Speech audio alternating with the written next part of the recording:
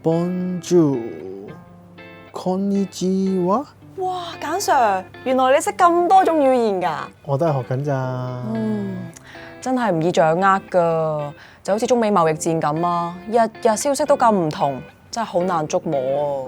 其實近年中國已經減少對美國出口嘅依賴，好多企業嚟自美國市場嘅收入來源已經跌至單位數字。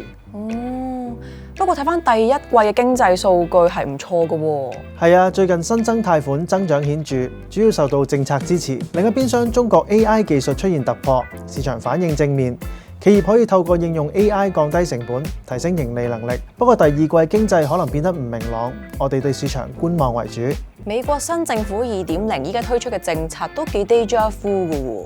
政策好似曾相識，不過力度就比預期中大啦。而家有關貨幣、財政同埋貿易嘅政策都存在好多不確定性，經濟唔明朗，政府收緊開支，企業投資意欲下降，市場擔心美國會出現經濟衰退同埋高通脹嘅問題。一旦出現滯脹，聯儲局嘅利率政策會變得更加進退兩難。同時，移民政策收緊，低技術嘅勞工供應減少，亦都有機會影響企業生產成本同埋整體消費。企業盈利如果收縮，對於高估值嘅美股市場嚟講，將會構成更大壓力。所以我哋對美國嘅後市偏向保守。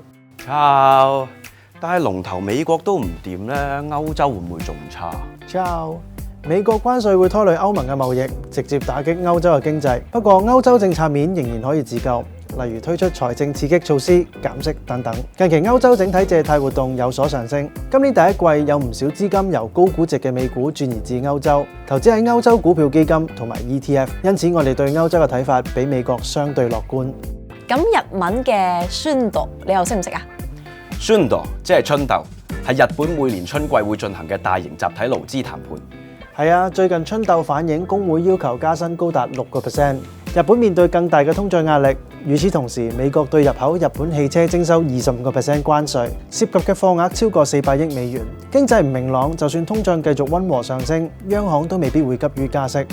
另外，日本同美國喺貿易協商方面應該會相對其他國家順利，所以我哋對日本嘅睇法比較中性。咁亞太區又點呢？美國嘅對等關稅政策相當之進取，好多國家都冇預計到東南亞、台灣、印度喺應對上準備明顯不足。相比之下，澳洲大多數由美國進口貨品，而新加坡本身關稅水平亦都較低，喺今次貿易戰中影響較少。投資亞洲，我哋比較傾向澳洲同埋新加坡。提提你，富達 MPF 暫定喺2025年11或者12月加入積金易平台，富達成員將會喺上線前2至3個月收到資訊包。當中有我哋加入積金易嘅日期、註冊開戶等嘅重要資訊，我哋都會適時為你提供有關信息。如果你最近更改咗電話號碼、通訊或者電郵地址，請盡快聯絡我哋更新，以確保你收到積金易同埋富達嘅最新資訊。有揀 Sir，MPF 就一切從簡啦。